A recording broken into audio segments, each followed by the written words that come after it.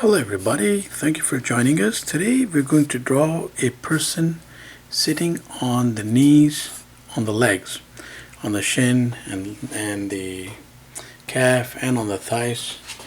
And it's like a meditation type of pose, but we're showing this from the side. So it should be an easy practice for the most part, except that we will explore two different angles here. One is straightforward, and one will be like that. So we'll tap into the straight vertical as possible posture first. So thereabout is the shoulder set. In this particular posture, we have the person looking that way. So there's a flat for the face and the back of the head there, and the shoulders can begin right here. So vertical base maintained right till the bottom of the torso, and then we have 1, 2, the thigh, shin and calf, and of course we have the foot somewhere here. And of course there's all different options that we can explore, but the most common is this. There's the hand and there's the vertical base. So if we were to draw this right out,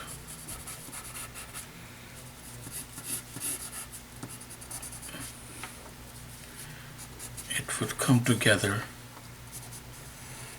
somewhat like that.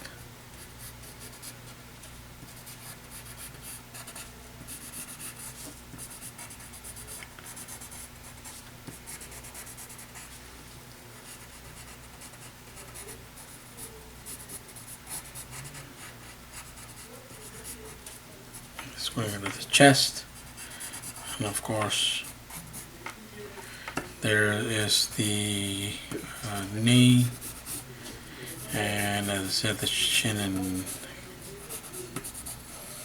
calf, and there's the foot. Now essentially this is not placed ideally, so we are going to change something here. So let us correct something, because if the person is sitting down, the foot is going to be right against the bottom like that.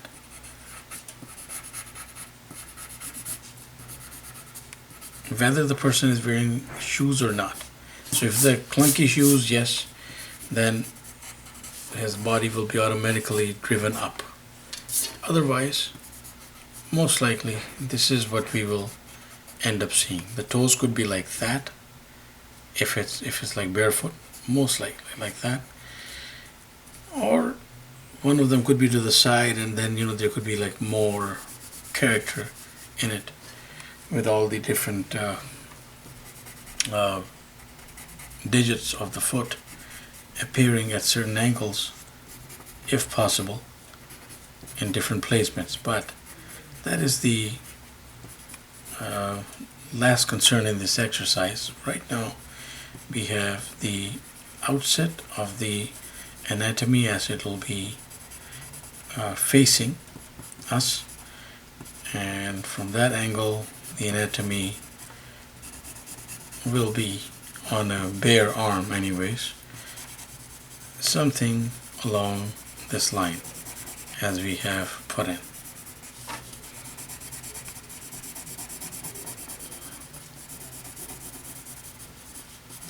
Now that is one angle that we've explored. Of course, all the tones and all the crosshatch, the fills can be done once we have determined like what we are exactly doing with the illustration. Just casually like showing the posture like we are here. So that level of ink is, tones is sufficient. With a light source from on high, if I may put it that way, it's going to be most likely appearing to be something around these lines. But then we have the possibility of exploring some subtle differences in this posture.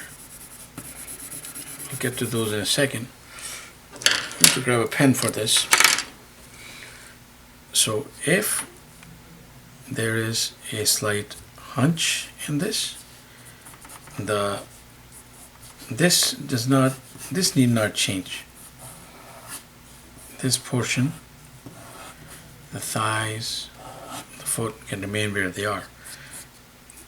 Unless the person really hunches forward, that's an entirely different thing.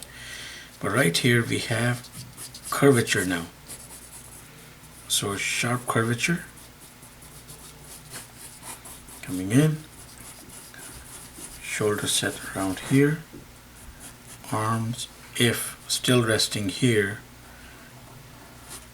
would have to go back like that. And then land here.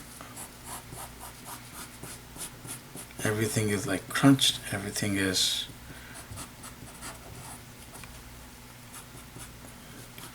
and we have sort of a meditation pose going like that. And of course the arms would end up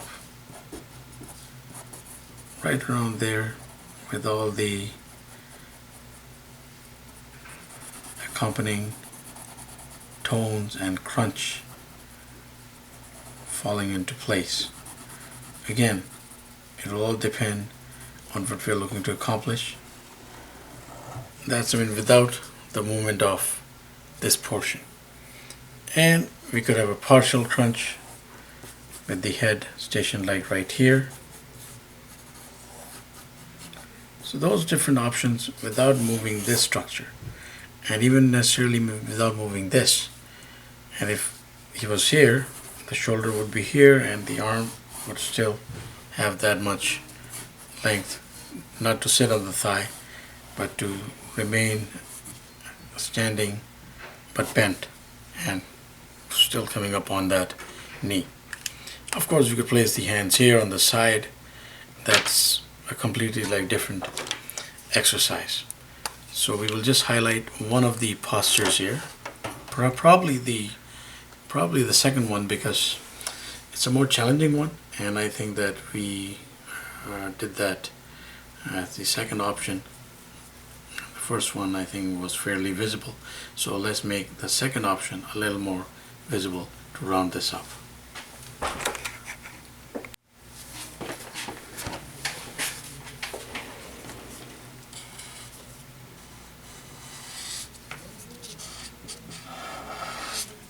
One could ask that, what is the practical purpose of this? And it's actually quite self-explanatory. As I said, a meditation pose, and in pop culture, again, where boundaries often get explored, different boundaries get explored, it can be an emotional pose, it can be, I've seen it with some characters when they wanted to exaggerate certain aspects in an illustration to better graphically represent the storyline. I've seen this kind of low hunch poses happening, and they are usually, if they are used for a character, it's usually to depict loss or grief. I've seen it too often actually in pop culture. But here we have it. Not really fiction altogether. It can also really come into real life scenarios, as I've mentioned, like meditation wise, prayer wise, meditation wise. Yes, it's already there, like we will probably come across this. But if it is something that we want to just use in illustrations, most definitely essential anatomy to know and to work with. So there we have it. Thank you for watching. Please do subscribe and keep in touch. We put out content pretty much every day. Let us put a tone here while we are at it, because it's looking a little out of place. We'll just put a sort of a shadow here under this hand. And so thank you for watching. Till the next video, have yourself a wonderful day.